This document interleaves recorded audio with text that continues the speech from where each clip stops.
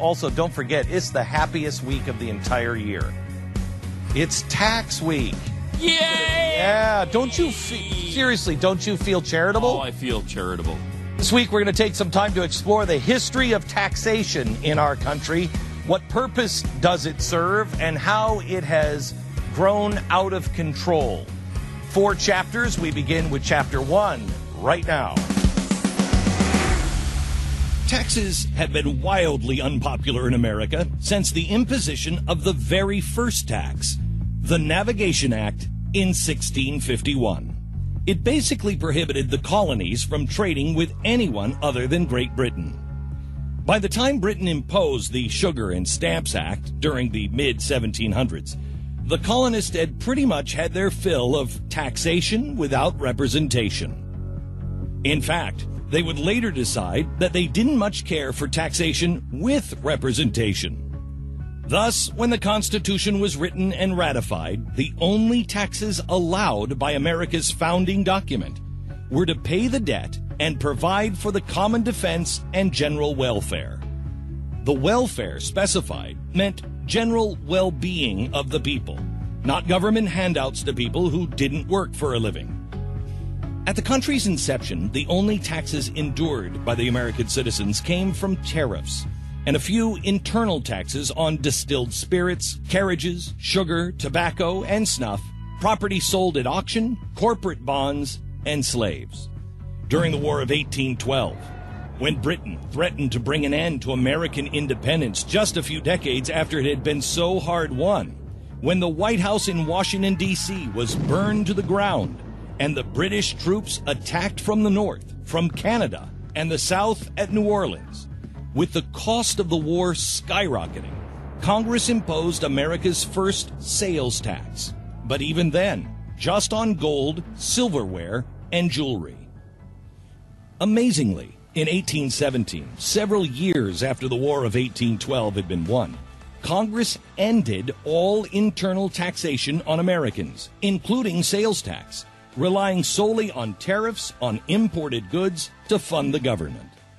It wasn't until the Civil War of 1862, in order to pay for an increasingly high cost of the war, that the United States Congress adopted America's first income tax. For wage earners between $600 and $10,000, it was 3%, higher for those making over $10,000.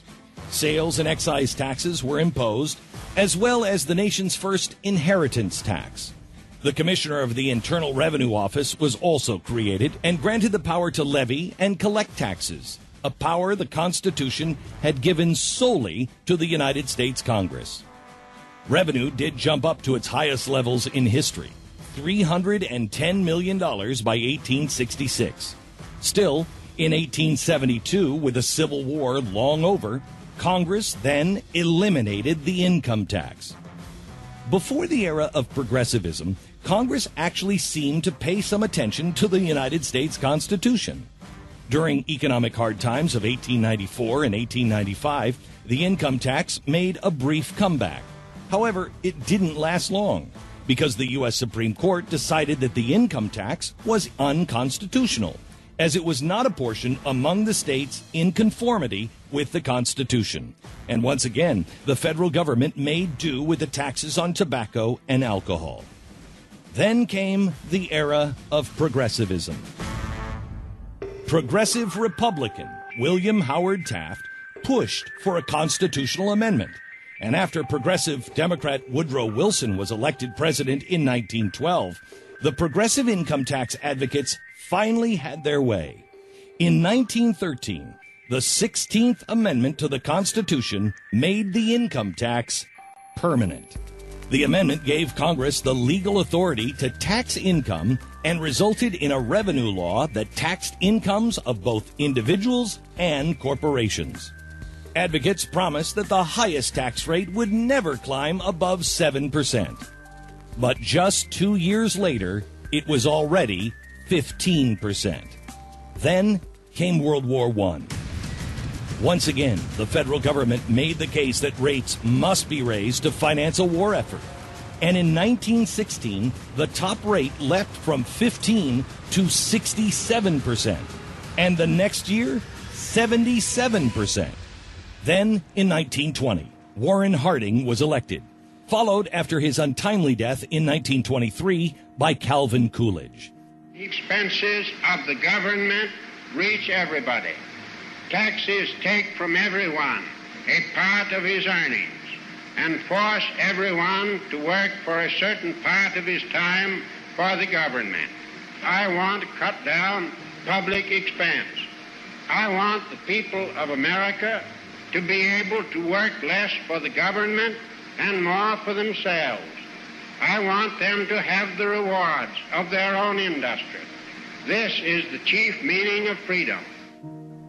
The two constitutional presidents fought to and succeeded in cutting spending by 50% and pushed to lower income tax rates. Their efforts went from a deeper depression to kicking off the roaring 20s in 18 months. By 1925, the tax rate had been slashed from 77% to 25%. Throughout our nation's history, the wealthy have been punished with egregious taxes each time the country entered a crisis stage. Under Progressive Democrat FDR, taxes were again raised on top earners during the Great Depression, boosting them back up to 63%. But nothing could compare to the unbelievable burden placed on the most successful Americans in 1944, when the federal government raised the top tax rate to 94% of every dollar earned over $200,000. Let me assert my firm belief that the only thing we have to fear is fear itself. Well, that and a government that steals almost all of a person's paycheck. Adjusted for inflation, $200,000 was equivalent to $2.5 million today. So someone who had earned through the fruits of their own labor, knowledge, and skill, $2.5 million only took home $150,000 plus $100,000 from the lower 50% tax rate on their tier below 200. So their total tax burden wound up being right around 90%.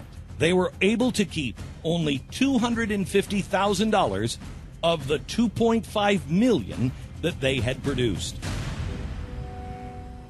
Whatever you believe about how much a person needs to make or income inequality, it's difficult to believe that there are too many Americans who believe that it is right and moral for a government to confiscate all but 6 to 10% of what someone has worked for.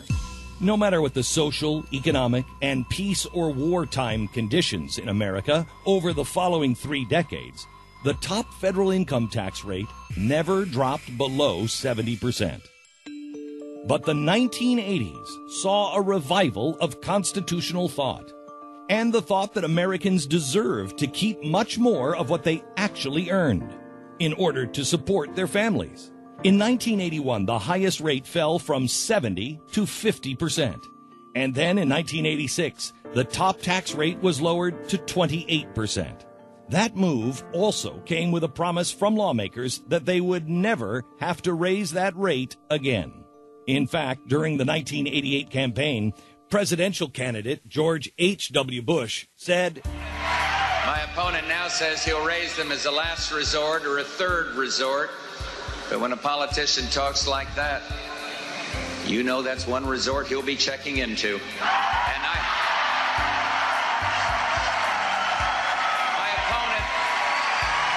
my opponent won't rule out raising taxes, but I will, and the Congress will push me to raise taxes, and I'll say no, and they'll push, and I'll say no, and they'll push again, and I'll say to them, read my lips.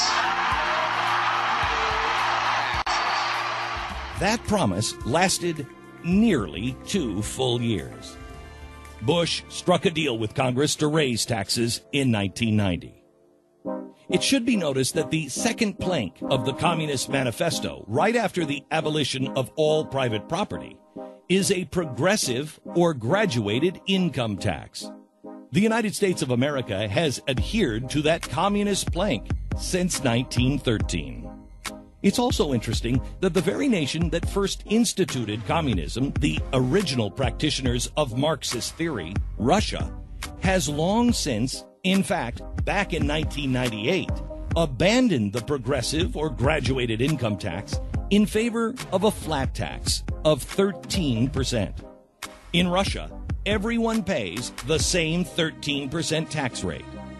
How is that fair? Well, 13% of 1 million is 130,000. 13% of 10,000 is 1,300. Millionaires still actually pay a lot more. What a concept. But apparently in America, there are some who are more committed to the communist principles of governance than the original communists. For those who are wondering how the Russian economy fared after so drastic a change, Russian revenue grew by 28%. Tomorrow, the effects of massive income tax rates.